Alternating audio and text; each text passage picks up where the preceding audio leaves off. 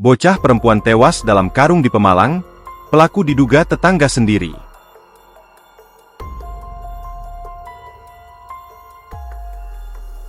Geger bocah perempuan ditemukan tewas terikat dalam karung di Desa Kaliprau, Kecamatan Ulu Jami, Kabupaten Pemalang, Jawa Tengah, pada Minggu 8 Desember pukul 22 waktu Indonesia Barat.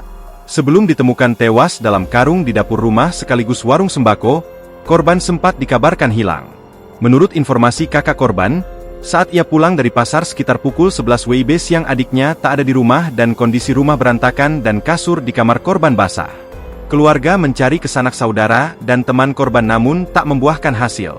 Korban pertama kali ditemukan ayahnya yang mendapati sebuah karung tergeletak di gudang dalam rumah yang berada dekat kamar mandi.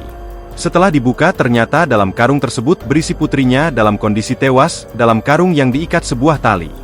Jasad korban langsung dibawa ke rumah sakit untuk dilakukan visum dan autopsi, guna mengetahui penyebab kematian.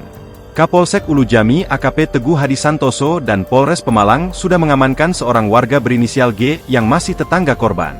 Aparat sedang melakukan penyelidikan dan memeriksa 8 saksi termasuk keluarga korban. Download Tribun X sekarang, menghadirkan lokal menjadi Indonesia.